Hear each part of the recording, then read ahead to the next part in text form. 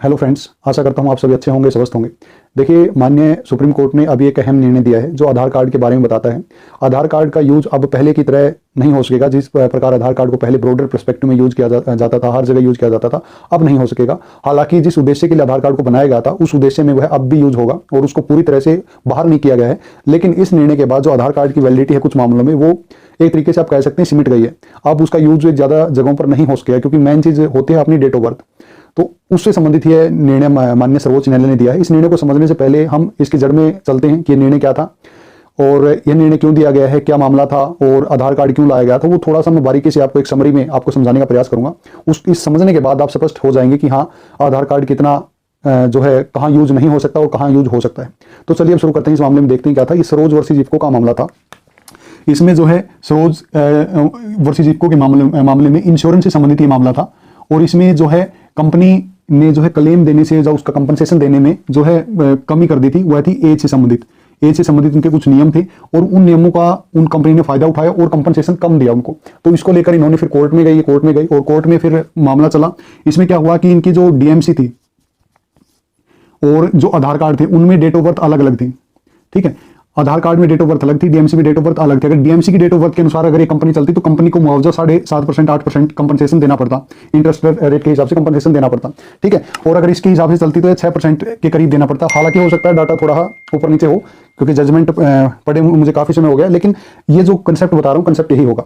इसमें आधार कार्ड में 6% उसको देना था इंटरेस्ट रेट और जो डीएमसी वाली डेट ऑफ बर्थ उसके हिसाब से उसको 7.5 या 8% देना था। तो इसने कंपनी ने दी आधार कार्ड वाले के आधार पर क्योंकि इसमें उसको फायदा था, इसमें उसको कम पैसे देने पड़ रहे थे। तो फिर ये हाईकोर्ट में मामला गया। हाईकोर्ट ने जो है कंपनी के इस काम को सही ठहराया कि आप आधार कार्ड की डेट ऑफ बर्थ को मान सकते हैं।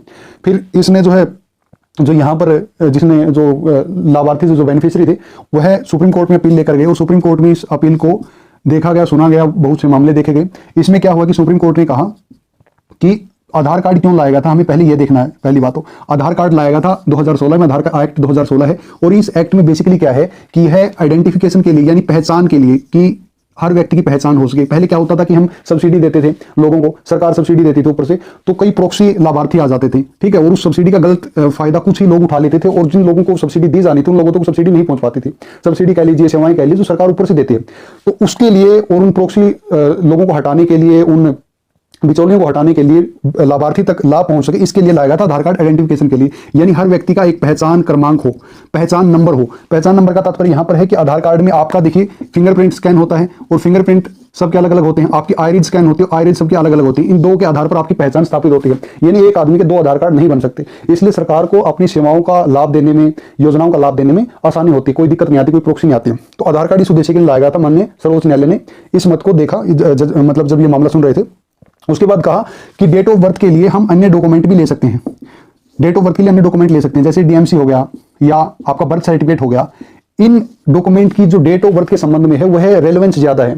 ठीक है, बर्थ सर्टिफिकेट हो गया, डीएमसी हो गया, इनकी प्रासंगिकता ज्यादा है बजाय आधार कार्ड की। क्योंकि आधार कार्ड का उद्देश्य नहीं था। आधार कार्ड में डेट ऑफ बर्थ के साथ कुछ चेंज किया जा सकता है। हालांकि जब आधार कार्ड बनवाते हैं तब उसके साथ डॉक्यूमेंट अटैच करने होते हैं हमें अपनी डेट ऑफ बर्थ से संबंधित, लेकिन उसमें कुछ ऐसे चीजें हैं वहां पर हम डेट ऑफ बर्थ को कम करवा सकते हैं या ज्यादा करवा सकते हैं, वो हमारे हाथ में आ जाता है क्योंकि उद्देश्य आधार कार्ड का आपकी डेट ऑफ बर्थ को सेट करना नहीं था। ठीक है, तो यहां पर माननीय सर्वोच्च न्यायालय ने कहा कि आधार कार्ड को डेट ऑफ बर्थ के लिए नहीं माना जा सकता। यानी आधार कार्ड आपकी डेट ऑफ बर्थ का प्रमाण नहीं है। आधार कार्ड सिर्फ प्रमाण है आपकी आइडेंटिटी का। ठीक है, यानी आधार कार्ड को अब आप आगे कहीं भी डेट ऑफ बर्थ के लिए एक रेलेवेंट डॉक्यूमेंट के रूप में प्रयोग नहीं कर सकते। उसके लिए आपको आपकी डीएमसी प्रयोग करनी पड़ेगी या आपका स्कूलिंग सर्टिफिकेट होगा या फिर आपका बर्थ सर्टिफिकेट होगा, वो प्रयोग करना पड़ेगा। तो डेट ऑफ बर्थ के मामले में माननीय सर्वोच्च न्यायालय ने आधार कार्ड को जो बाहर कर दिया गया, आधार कार्ड के लिए आप डेट ऑफ बर्थ के लिए आप आधार कार्ड को यूज नहीं कर सकते हैं। और इनको कहा कि आप इनको, कंपनी को कहा कि आप इनको जो है 7.5 या 8% जो बढ़ी हुई जितनी उनकी डीएमसी के आधार पर उनको फायदा मिलना था वो दें। और जो हाईकोर्ट का निर्णय था उसको खारिज कर दिया, उसको पलट दिया। ठीक है, तो ये मामला था। अब इसमें 2019 में अमेंडमेंट भी किया गया था आधार कार्ड से संबंधित, वो भी मैं थोड़ा बता देता हूं आपको। अमेंडमेंट क्या किया गया था कि आधार कार्ड को जो है बैंकिंग सेवाओं के लिए और मोबाइल कनेक्शन के लिए भी प्रयोग किया जा सकता है। ठीक है, यह अमेंडमेंट 2019 में किया था। तो बैंकिंग सेवाओं के लिए भी यूज किया जा सकता है क्योंकि आइडेंटिटी बैंकिंग में बहुत जरूरी है। कई बार क्या होता है कि प्रॉक्सी खाते खोल लेते हैं। पहले होता था कि हर ब्रांच में अलग अलग खाता खोल लेते थे अपने ब्लैक मनी को वाइट करने के उद्देश्य से कुछ लोग। तो प्रॉक्सी खाते अनेक होते थे, उसको खत्म करने के लिए बैंकिंग में इसका यूज बहुत जरूरी है। तो बैंकिंग में इसका प्रयोग होगा, बैंकिंग में इसका यूज पहले की तरह रहेगा।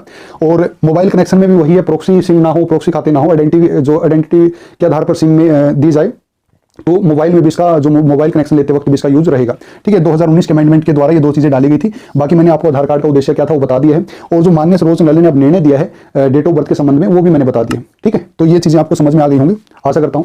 अगर वीडियो अच्छी लगी हो तो लाइक कर दीजिए, शेयर कर दीजिए और चैनल को सब्सक्राइब कर दीजिए।